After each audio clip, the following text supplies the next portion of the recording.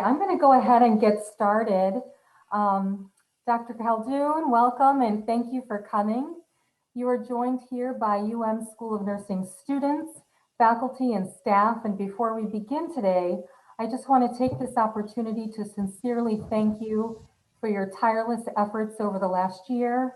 Your clarity and your focus has been inspiring and even comforting, and it is an honor to have your time and presence with us today. I'd like to formally introduce you and our guest to Dr. Jade Burns.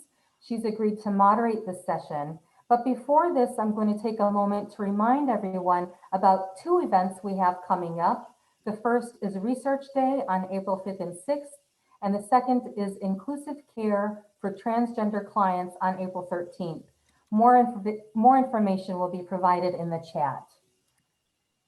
So to introduce the moderator today, Dr. Burns is a clinical expert in pediatric and community-based healthcare and assistant professor here at the School of Nursing. She has more than 15 years of experience working as a clinician, consultant, and researcher in a variety of clinical, community-based, and academic settings. Her research focuses on innovative approaches using community-engaged research and technology to increase access to sexual health services for adolescents and young adults in community health centers. Dr. Burns' area of expertise in clinical practice as a pediatric nurse practitioner is adolescent healthcare, family planning, health promotion, and HIV/STI prevention. Her secondary area of focus is improving nursing practice and training programs in underserved areas. Dr. Burns holds a BSN from the University of Michigan, a Master's of Science in Nursing from the University of Pennsylvania, and a PhD in Nursing from the University of Michigan. Welcome to you as well, Dr. Burns, and thank you for leading us in this conversation today.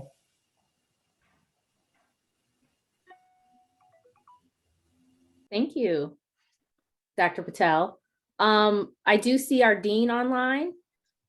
Would you like to say a few comments? Only just to welcome our visitors. It's a delight to have you here. I've had a number of other schools around campus who saw that you were going to be here and said, well, will this be available to everyone? So we must invite you back in the future and broadcast this much more widely. Welcome. It's great to have you here. Okay, Dr. Patel, were you introducing Dr. Khaldun, or shall I? Please go ahead, Dr. Burns. Okay, Dr. Khaldun, thank you so much for being here. We are so happy to see you here in the School of Nursing. I did want to say a quick shout out to our men's basketball team for advancing to the Elite Eight, so go blue. And we have a number of questions here we're going to ask you, but I would first like to read your bio, which is very impressive. And so we are very thankful that you are here today. So Dr. Khaldun is the Chief Medical Executive for the state of Michigan and Chief Deputy Director for the Health in the Michigan Department of Health and Human Services, MDHHS. In this role, she provides overall medical guidance for the state of Michigan as a cabinet member of the governor and oversees public health and aging programs, Medicaid and behavioral health for MDHHS. Prior to her MDHHS, because they combine themselves, role, she was the director and health officer for the Detroit Health Department, where she oversaw a robust community health assessment, established a comprehensive reproductive health network, spearheaded new human service efforts, and led Detroit's response to the largest hepatitis A outbreak in modern US history. In her previous roles, Dr. Khaldun was the Baltimore City Health Department Chief Medical Officer, where she led their efforts to address the opioid epidemic and expanded and modernized the department's multiple clinical services and laboratory. She has also held positions as the director of the Center for Injury Prevention and Control at GW, George Washington University, and was a founder and director of the Fellowship in Health Policy at the University of Maryland and the Department of Emergency Medicine. She was a fellow in the Obama administration's Office of Health Reform in the US Department of Health and Human Services. She currently serves on numerous awards, including the National Advisory Board for the Institute for Healthcare Policy and Innovation at our own University of Michigan. She's on the Big Brothers, Big Sisters of Metro Detroit, on the Health and Medicine Committee of the National Academies of Science, Engineering, and Medicine. She's an adjunct professor in the Department of Health Policy and Management in the University of Michigan School of Public Health. She has numerous honors, including 40 under 40 leaders in the Minority Health Award by the National Minority Quality Forum. She's been on Dean's Award for GW. In 2020, she was named a notable woman in health and newsmaker of the year by Crain's Detroit. And I could go on and on, but she's still practicing as a physician in the emergency room at Henry Ford. We see her often on television in terms of giving us the state of the science for COVID-19, and we really appreciate that. So we shall get started today, Dr. Khaldun. I can either ask you the questions, or you can go ahead and just talk about the state of COVID in terms of Michigan and this country. Thank you. Sure, thank you. Thank you so much, Dr. Burns, Dr. Patel, Dean Herm. Thank you so much for inviting me here today. Happy to come back. Always happy to come back to my alma mater, University of Michigan. So thank you so much. And it's truly been an honor over the past, over a year at this point, to be able to really help guide our state's strategy through this terrible pandemic. But also being able to work clinically in the emergency department. As many of you know, who are nurses and practicing on the front line, it really gives you, I think, a unique take on how things are unfolding, what our patients need, what our clinicians and our hospitals and clinics need as well. So it's really been an honor for me to serve in those two ways throughout this pandemic.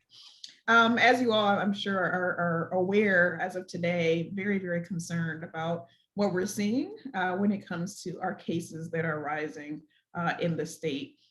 We did quite well, actually, throughout January and February compared to a lot of other states.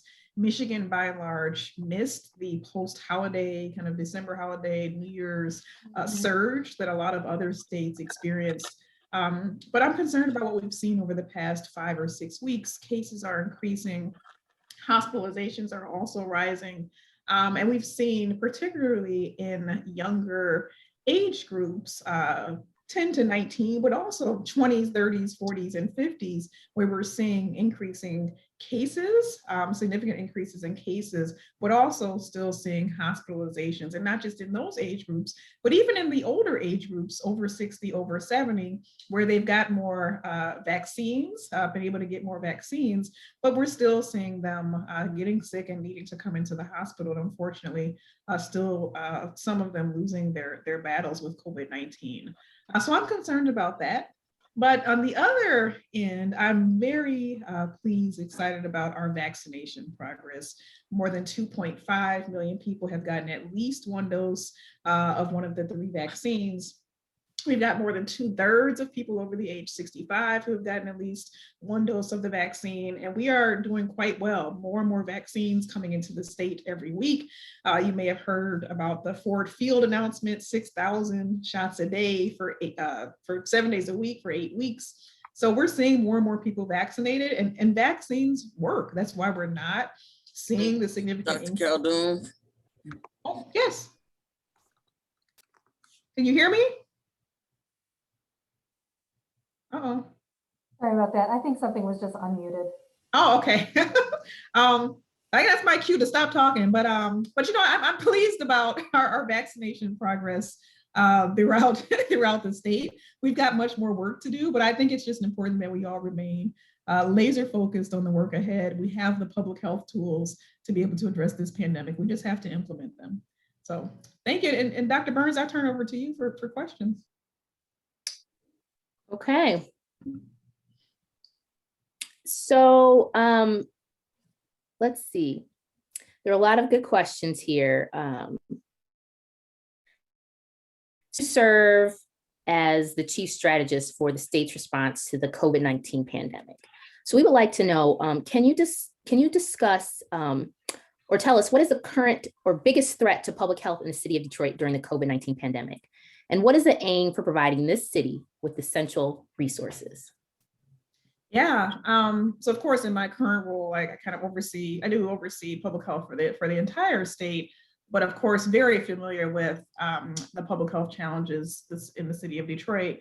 Was there for 3 years, the bulk of that as the director of the Detroit Health Department. So really, I think have a good understanding of what's happening there. And my family, both my parents, both from the east side of Detroit, and still have a lot of family there. So, it's unfortunate.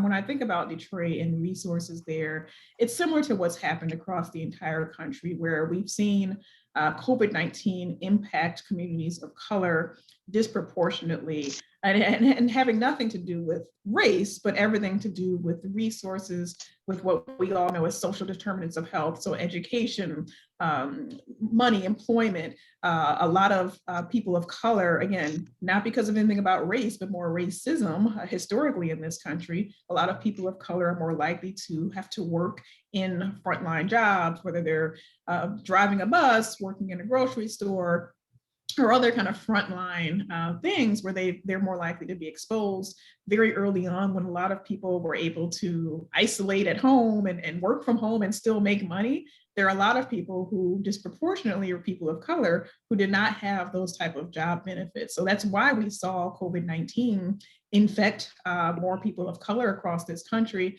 and really have an impact there. So I think the response to that is really what we did, leadership of the Detroit Health Department, the City of Detroit, and also partnership with the state, bringing resources into the community. We made sure they were neighborhood-based testing sites. We're doing the same thing with vaccinations, making sure you're bringing services into communities, partnering with the faith-based community as well is really important. And also the message, making sure that people have access to credible sources of information, doing a lot of town halls. It's not always myself who has to be the messenger. There are many other great clinicians, public health experts in the city of Detroit and across the state who can really carry these important messages about how to keep yourself safe, how safe and effective the vaccines are. So I think all of those things are really important when it comes to how we've been able to address this pandemic. And I'm proud to say, because of the work that we've done, African Americans in particular are no longer disproportionately represented when it comes to COVID-19 cases and deaths in the state. We still have a lot of work to do, no question, but I think targeting resources in that way is one reason why we were able to address that disparity with COVID-19 in the state. Thank you. So you serve on the Biden-Harris administration for the COVID-19 Health Equity Task Force. Can you tell us what is being done to address structural racism as it applies to the COVID-19 pandemic? Yeah, so really honored again to be named to President Biden's Health Equity Task Force. It's really just, to be honest, I'm so inspired by the other members of the task force, and particularly Dr. Marcella Nunez-Smith, who leads that task force. The task force has just gotten started over the past couple of months, and our charge is really to think about what are those things that need to be done to be able to improve health outcomes for not just people of color, but for all marginalized and minoritized communities across the country, and things that we've seen within the COVID-19 response that, if improved, would not only improve the COVID-19 response and be able to address those health inequities, but also prepare us to be able to respond to current public health challenges and future public health challenges. I don't believe this will be the last pandemic. We will get through this, it will end, but there will likely be another one.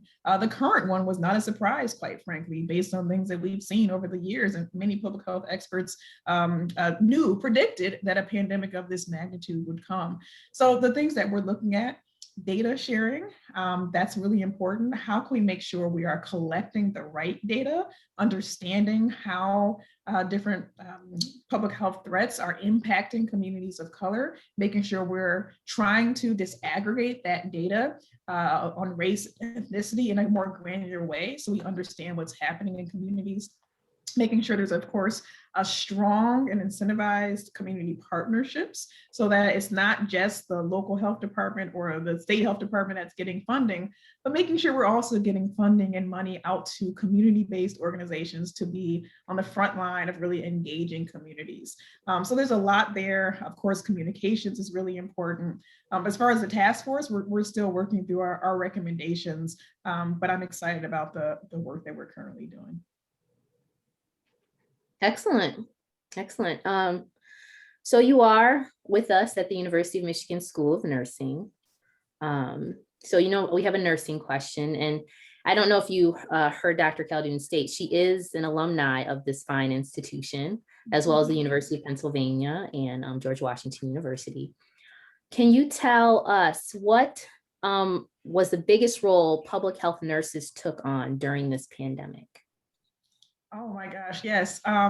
So I know this as an ER doctor as well. The nurses are really the ones that run the ER and make sure people are getting what they need. I mean, I'd say for a lot of things in public health, including this pandemic, our nurses have been the ones on the front lines guiding kind of clinical response. A lot of our work on contact tracing and case investigation, and just kind of how that rolls out has been frontline public health nurses really guiding that effort. We have several nurses in our immunizations program who do a lot of the development and making sure we're aligning with CDC guidance when it comes to our vaccination efforts. A lot of public health communication has been led by our public health nurses. And let me also, I'd be remiss if I didn't say, there's also a lot of nurses who are working on the front lines every day throughout this pandemic in clinical areas, taking care of COVID-19 patients.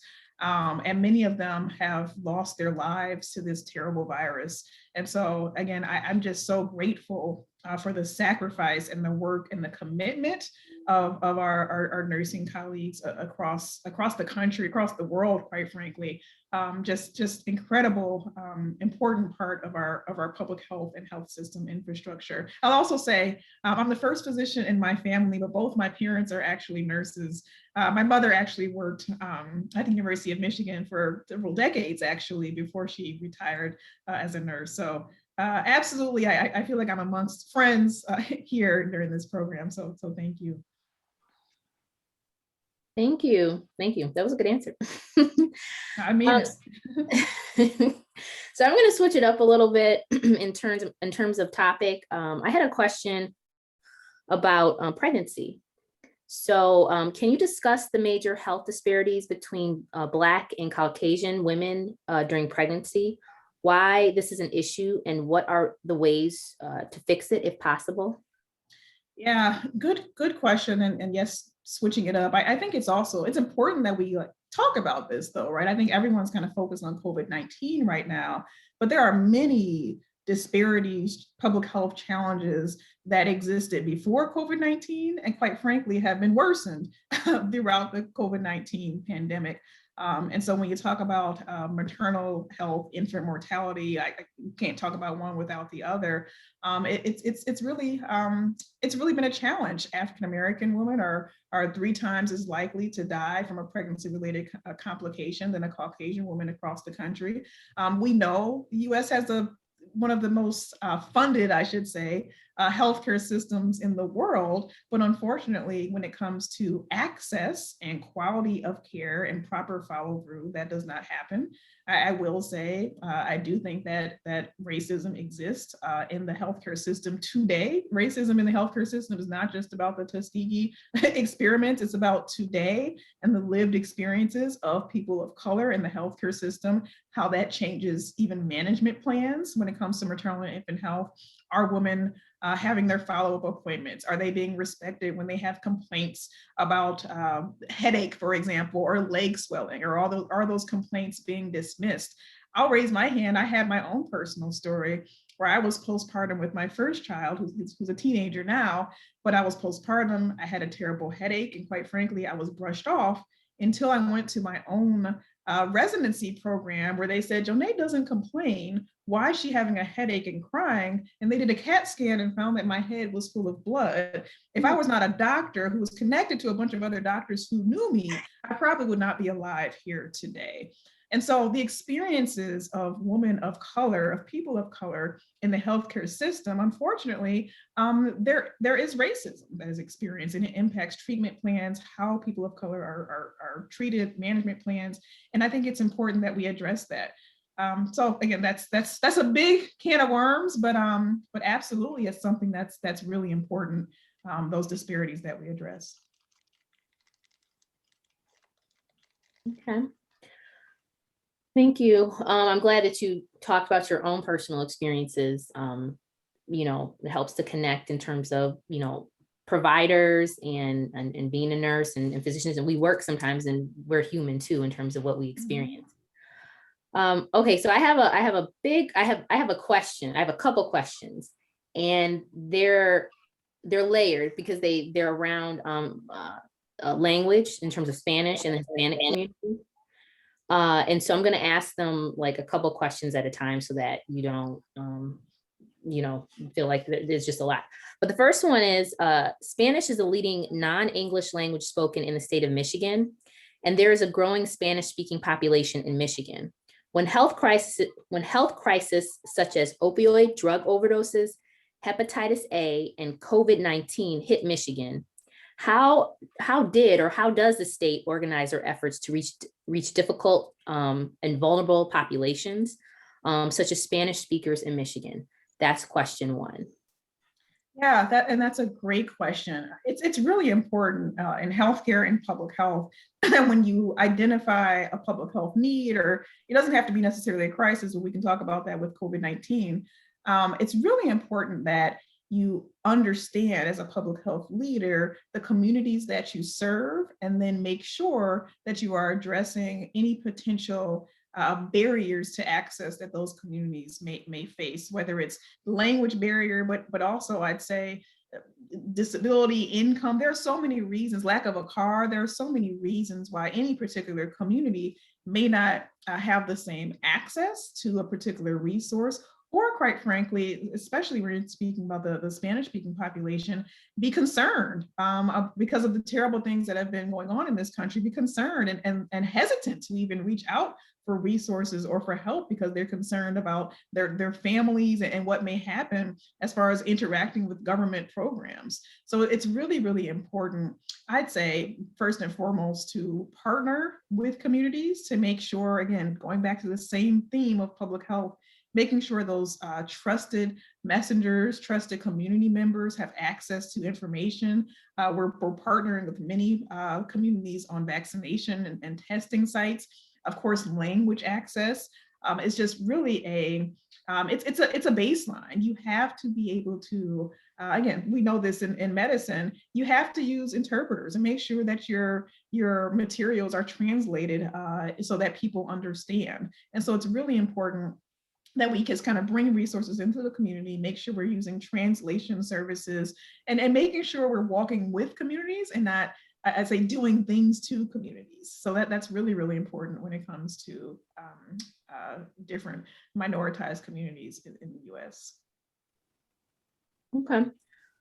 So we're gonna even go a little bit further when we talk about access and the testing pieces. So you talked about how the state organizes their efforts, but when it comes to detox services, again, substance use treatments, and COVID testing and the vaccinations, the actual access of it, how is this impacted in like the Latinx or Hispanic communities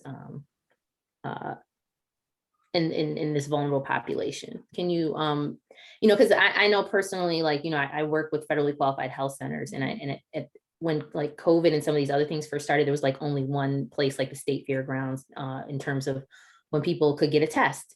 But we didn't think about homeless populations or people in other racial ethnic groups at the time. So how does that impact this particular? I mean, I don't know if you've had this asked before in a sense, but how does this affect that population, the Latinx or Hispanic population, in terms of the testing and vaccinations, or just getting services to help them with detoxing or substance use treatment?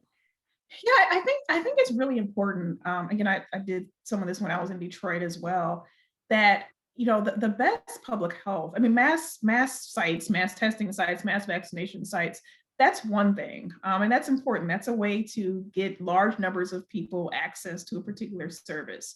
But when those services are in places where you have to drive to them, particularly in a place like Michigan. I've lived in, like you, Dr. Burns, I've lived in Philadelphia and in other places. I've lived in New York City.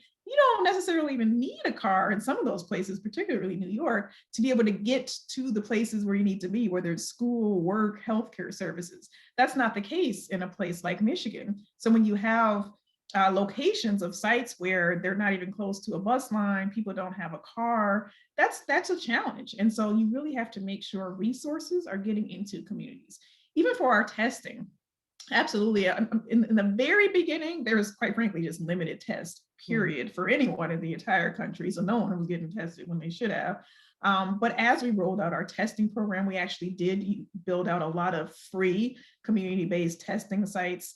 So that was really, really important to expand access, including with language translation services for our vaccines as well. Again, in the beginning, when we were really only vaccinating, for example, people in long-term care or people who were literally frontline healthcare workers, we had a limited amount of vaccines. At one point, 60,000 vaccines a week coming into the entire state. We gave our health departments and our hospitals the vaccine. As we've gotten more vaccine into the state and being able to expand our eligibility, we now have our federally qualified health centers who are getting vaccine, including several in the city of Detroit. We started that a little earlier than the federal government. There's now kind of two ways for folks to get, for FQHCs to get vaccine, but we'd started giving vaccines to our federally qualified health centers. We're now giving them more actually to our dialysis centers as well across the state. More and more primary care providers will be getting access to vaccines as well. It's really, really important that we use those trusted community clinicians and access points so that people are not left out of these important resources to be able to protect themselves, quite frankly. Yeah, it's amazing, like the rollout in terms of, what the president is requiring versus what the state is requiring and what the city can do on their levels. And it seemed like there was like a surge, obviously we had our healthcare providers first, and then all of a sudden we heard about the pharmacies, and now we're doing the community health centers. And so, do you think that we're as planned as best we can in terms of getting people vaccinated? Because I think somewhere this summer, there's a certain number in terms of vaccination for individuals across the country. Is Detroit or the state of Michigan, I think they're doing their part, I don't know what you have to say in terms of like how I don't know, the challenges of making that happen. So. Yeah, the vaccination, this entire vaccination effort is one of the most complicated logistical challenges, most massive vaccination effort probably in US history.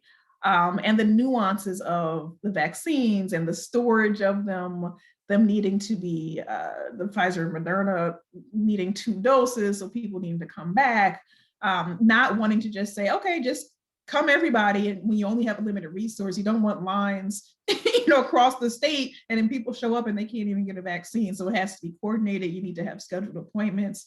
There are so many things, logistics that goes into the vaccination process, how you divide them up across the various jurisdictions, but also within those jurisdictions, which providers get them. Again, we just didn't have enough. We still don't have enough for every single medical provider who wants to be able to and could potentially give a vaccine. We don't have enough. If you can imagine, the Pfizer vaccine, for example, it comes in over 1,000 vials per kind of box. So sending it to one provider, it's going to take them months to potentially get through 1,000 people, if they even have 1,000 people that they take care of. That logistically wouldn't make sense. So a lot of kind of nuanced things went into and still go into the vaccination process. But I'm excited that more and more pharmacies, federally qualified health centers, our hospitals are partnering with community-based efforts as well, faith-based communities. So I think you'll see more and more providers who will have vaccine, and we'll be able to get more people vaccinated. But those barriers, there's 2 ways. There's the mass vaccination clinics, which are important. We do need to get vaccines out into people's arms as quickly as possible, but you also have to have those intentional strategies that are based on removing barriers to access for those who don't have a car, for those who are homebound, for those who have a disability, whatever it may be. You have to do both Sometimes that latter strategy, it may take a little more time. It might be a little slower, but it's still just as important. And that's how our strategy has rolled out in the state. Yes, I don't think people realize, like, I know you mentioned it earlier, like the little things, like how there's 3 vaccines and maybe those 3 vaccines all require a different like temperature in terms of how they're refrigerated. And people have to be educated in terms of if they're in the pharmacy or if they're in the FQHCs or wherever they're administering them, like those little nuances really, you know, on the administration and the storage, that side really maybe frustrating to some of the folks, depending on which vaccine they get and you know, how they roll it out as well. So I'm glad you brought that up. So, okay, it is about to be April. It's been over a year. So you know, there's a question here. How do you see life after COVID? And I know it probably changes every month. Things get better. You know, you have new information every day. So what is your opinion on that? You know, I don't know that we'll go back to exactly the way we were before this pandemic. And to be honest with you, I don't know, based on what I'm about to say, that we need to. For example, I've actually been pleased. I think one of the silver linings of this pandemic response has been there are so many partnerships that have been developed across the country, and including here in Michigan. Hospitals working very closely with local health departments, businesses working with local health departments, data is being shared in ways that it's never been shared before, that public health folks have been trying to get data sharing to happen for decades, and it's never happened until now. It's a public health dream that everyone knows about contact tracing and case investigation now and how to protect themselves. We haven't seen a flu outbreak at all really this year. And you know why? It's because people are wearing masks and washing hands, which is really important. And a lot of folks got their flu shot as well back in the fall. So I think those are good things that I hope don't go away. Another bright light is telehealth, and how before the pandemic, telehealth was just for some people and, you know, wasn't really paid for by Medicaid necessarily, but now we're using telehealth in ways that we couldn't before. I think telehealth is actually assuming that people, you can't assume this, if people do have broadband access, which is important to address as far as barriers, but if people do have broadband access, they can actually seek their health care and make it to appointments where previously maybe they couldn't. And so I hope some of those things continue after COVID. So what's life going to be like? I'll also say I'm concerned because some of these public health issues, and particularly disparities that we saw before COVID-19, maternal and infant health, lead exposure, the opioid crisis, mental health, all of these things were already concerning before the pandemic. And I know that the pandemic has only created additional challenges with people. We know our opioid emergency department responses have gone up. We know there's more and more people seeking mental health services. So I think when all of this kind of ends, I almost think of it as a post-hurricane disaster response type of situation that we're going to have, where we need to all come together, understand what's actually occurred with all of the things outside of COVID cases and hospitalizations, all the other public health things, and then make sure we're bringing resources into communities, addressing those who are our most vulnerable, most marginalized communities, and making sure that we don't expand those disparities that we already knew existed before the pandemic. I'm glad that you talked about the silver lining, because I know folks, you know, we all get frustrated in terms of working at home sometimes and balancing so many things, but I do know that there's been some good family outcomes. You know, there's been some other outcomes, you know, not that we expected all that during a pandemic, but I'm glad you put it in perspective. So thank you.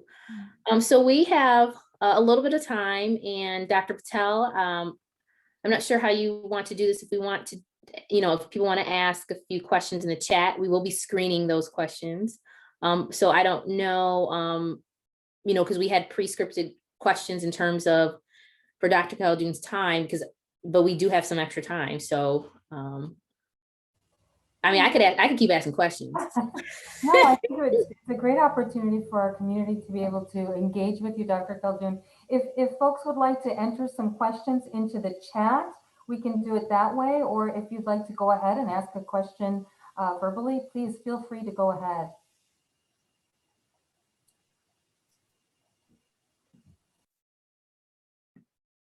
If you want to use the raise hand function too, I'm looking at everybody online as well, just so, or however you prefer.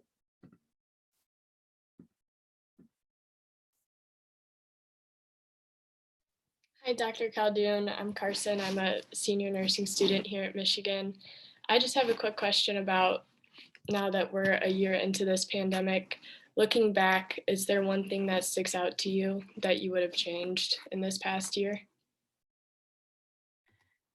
Yeah, I think what really could have changed the trajectory for the entire country is if we'd had more robust and swift access to testing.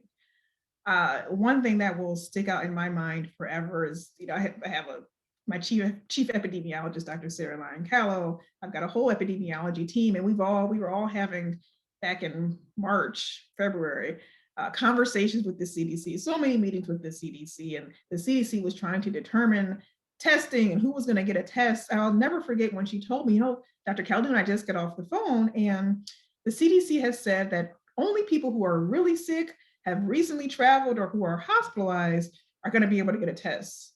And I said, okay, well, we know, I'm assuming this is like other viruses where not everyone who gets it is going to be very, very sick.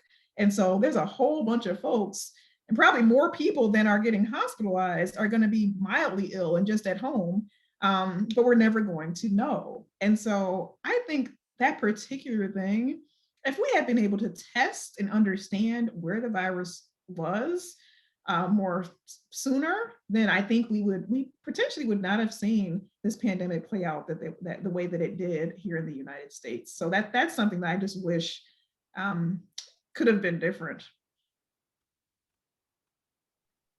Okay, we have a bunch of questions rolling in, so I'm just gonna pick one. I don't think we talked a lot about technology and the digital divide potentially. So how are you addressing, or how is the state are we addressing the lack of technology accessibility in vulnerable and elderly populations when it comes to making a vaccine appointment? I know that some of the students on here did some COVID vaccination clinics, and they were very well run or whatnot, but they had to scan, with the QR codes and those type of things. And I know folks are not always comfortable with the patient portal. What is your opinion upon that, about the digital divide? Yeah, it also gets back to this issue of addressing barriers, whether they be language, again, the internet access, or just being able to know how to maneuver the internet and all these websites, which are relatively new over the past couple of decades. So it's really, really important that we make sure we're supporting our aging population. Dr. Alexis Travis, our Senior Deputy for Aging, has done a lot of work in this space throughout the pandemic. We've done a lot of trainings actually for our aging population to make sure they have access to resources. We have hotlines as well for people to be able to get information, and even for the vaccines. Elderly folks, I'm saying elderly, but anyone can call 911. You don't have to have a computer or access to the internet in order to be able to get a vaccine appointment. You can actually call our hotline or call 211, and they can actually walk you through the entire process all the way to having a vaccine, which is really, really important. I'll also say that our Lieutenant Governor, Garland Gilchrist, he's really spearheaded this work, but making sure there's broad access to broadband across the entire state, that's kind of one of his areas of expertise as well. But you're right, you should not be unable to have access to resources just because of a computer or internet. Thank you. So we have another question.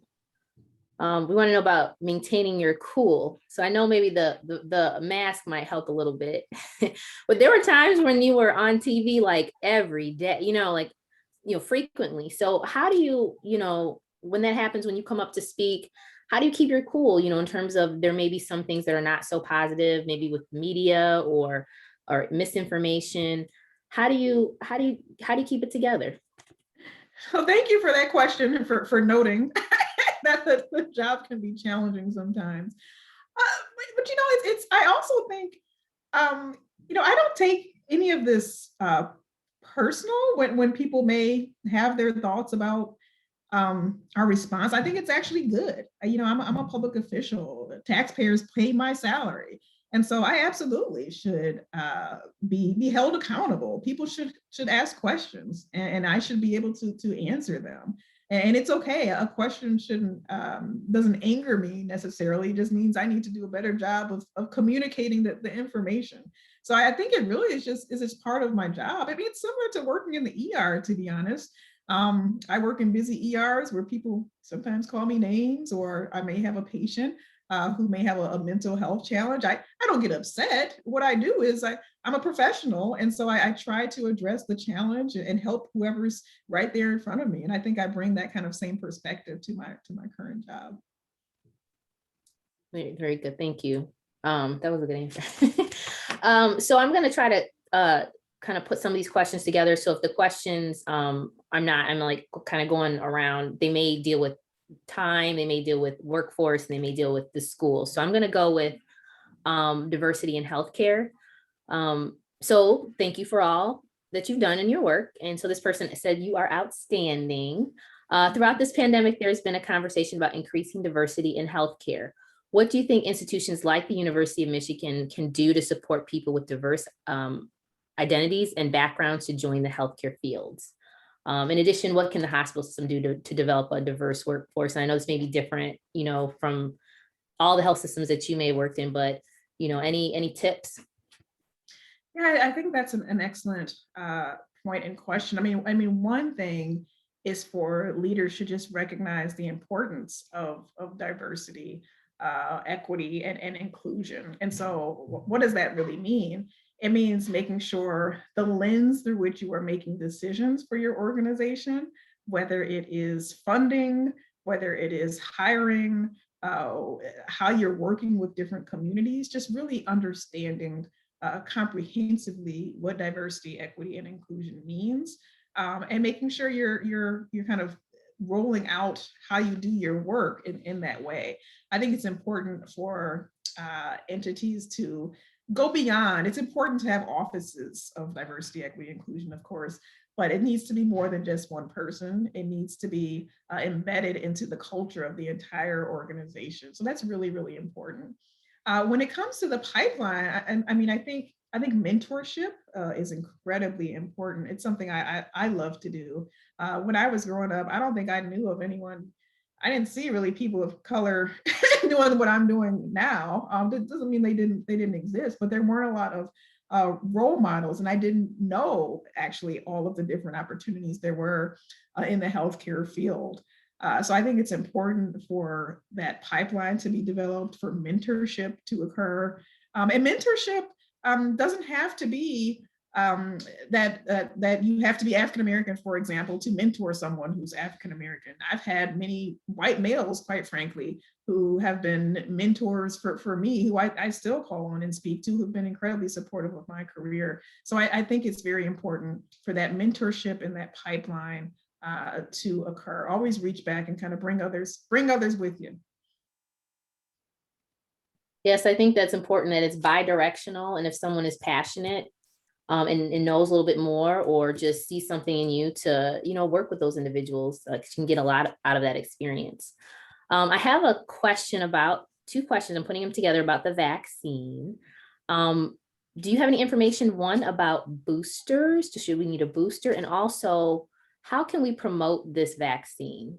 And I know that can be that's with everybody. We talk about communities of color, but just in general, how can we promote the vaccine? And do you think that there will be a booster?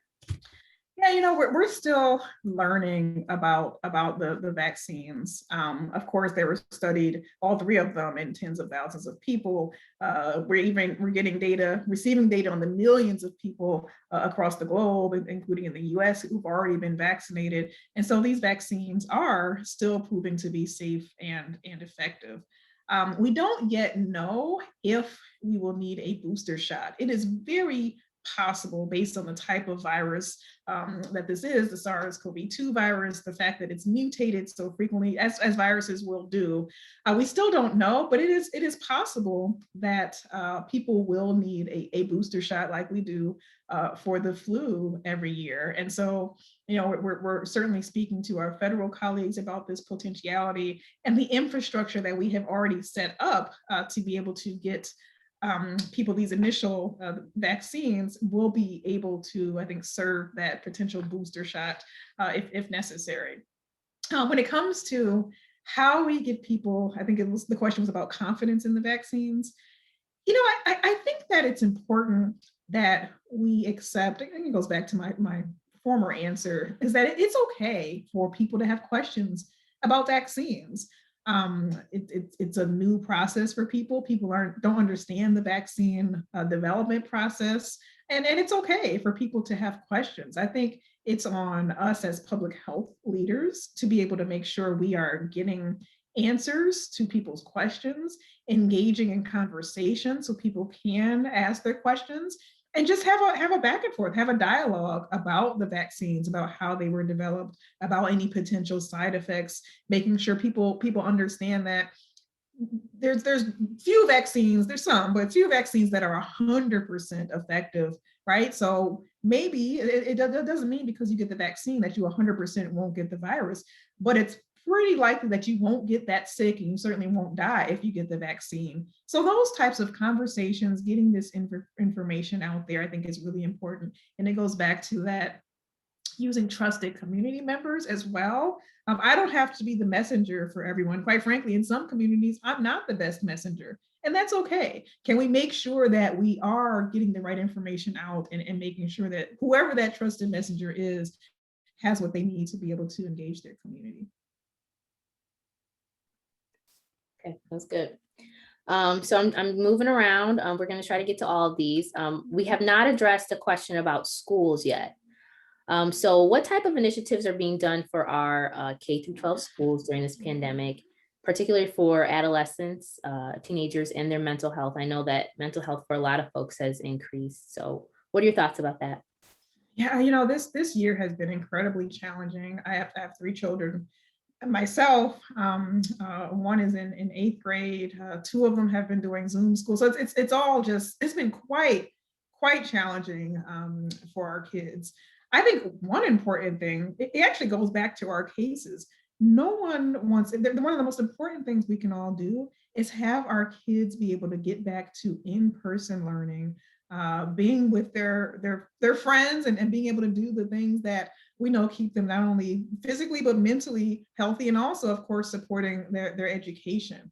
So that's one of the most important things we can all be doing. And to do that, we have to get our case rates down so that we can all engage in the things that are important to us. So I think that's really, really important. I can say when it comes to mental health, we do have several resources that are behavioral health and developmental disabilities. Leadership at the department has really put out. We have a text line, actually, so people can reach out to our text line. We have a website. We actually have a warm peer line where people can call and actually speak to someone as well. So we have actually implemented several resources for our youth. But I recognize it's been a challenging year for many people. And of course, I'm concerned as well about how it may have impacted our children. Yeah, I think that's a good point to make. And also the difference, slowly as we did the Safe Start and how that made a difference in bringing back sports as well, made a difference for some of the youth in terms of seeing each other and mental health. Let's see.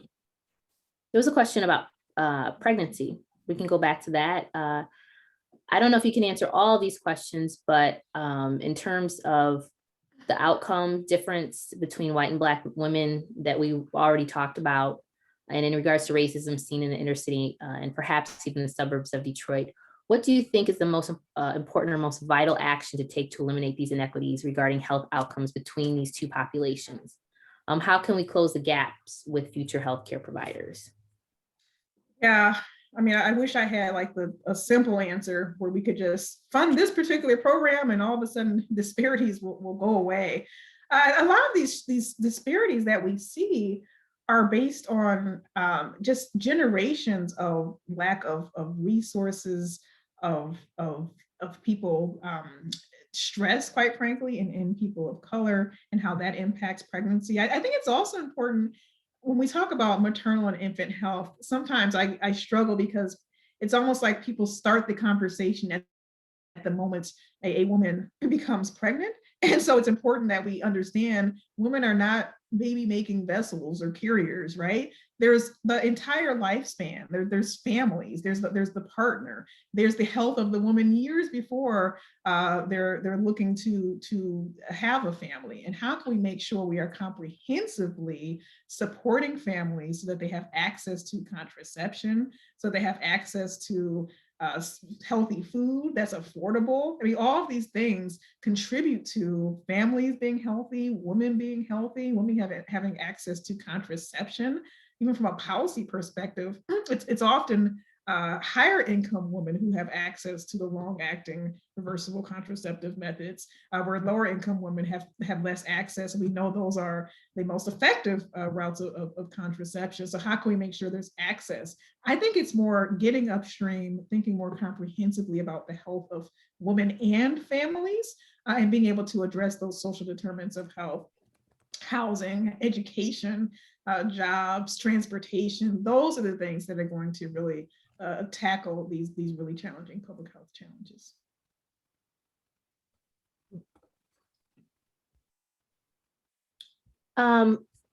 Okay, we have about 2 more questions. I don't know if you could touch a little bit on about the COVID relief and how it affected the responses in Michigan with like emergency assistance and those type of things.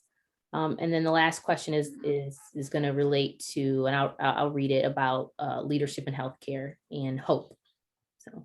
Sure. I've been very pleased by the money, obviously, that's coming into the state. And it's not just about COVID-19 testing, making sure people have masks, access to vaccinations, and all of those things. But to your point, really about emergency assistance, all of the things, to what I said earlier about the challenges and the things people need to be healthy. So really excited about that, about the American Recovery Plan as well. I mean, there's so many good things from a policy and finance perspective that are coming out of Washington. So really excited to see that.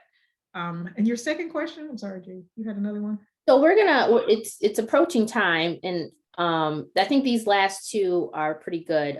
So as you consider the lessons of this last year and the value of strong leadership, do you have recommendations for some of our students on this call about future approaches to leadership in healthcare and ways to prepare for the roles in public health in the future? Yeah, so that's a really good question. I think I had no idea 10 years ago that I would be in this particular position. I certainly had no idea that I was preparing to lead the state through the pandemic of the century. But I can say, I think that I was as prepared as one could be, I guess, for something like this. And that's because I think I sought out opportunities to get involved in things that I was passionate about. I was able to learn from people, not just, I wasn't always working with just emergency medicine physicians, for example. I actually worked a lot with public health leaders, learned from them, learned a lot from my nursing colleagues, actually, over the past, over a decade of working in public health and understanding public health response. So I think it's really about not thinking that you necessarily need to have this cookie cutter path to, I'm going to do this job, then I'm going to do the next job, and then I need to get this degree to do the next thing. Just being flexible and open and always seeking to learn and be helpful. I think that's really, really important as you think about the trajectory of your career. Thank you. That's awesome. I like how you said, I wasn't for sure, you know, like in terms of being here, in terms of the pandemic, you know, of that being on the checklist or whatnot. But yeah, thank you so much. Our nursing students, our faculty, our staff really appreciate you taking the time, because we know that you're very, very busy, to come to talk to us at the University of Michigan School of Nursing. Absolutely. So on behalf of our dean and the University of Michigan School of Nursing and the University of Michigan, thank you. I do not know if Dr. Patel has any other closing comments, but we're grateful that you came on this side, and as an alum, we know that you love us. So Yes. Thank you so much. It was an honor to be here. So appreciate it. I know, just thank you, Dr. Khaldun. Thanks for all you do. Thank you, Dr. Burns, for leading us in the conversation today, and we hope to welcome you back soon. Thank you, everybody, for coming as well, and to you, Megan, for organizing. thank you, everyone. Be safe and stay healthy. And go blue. Go Blue.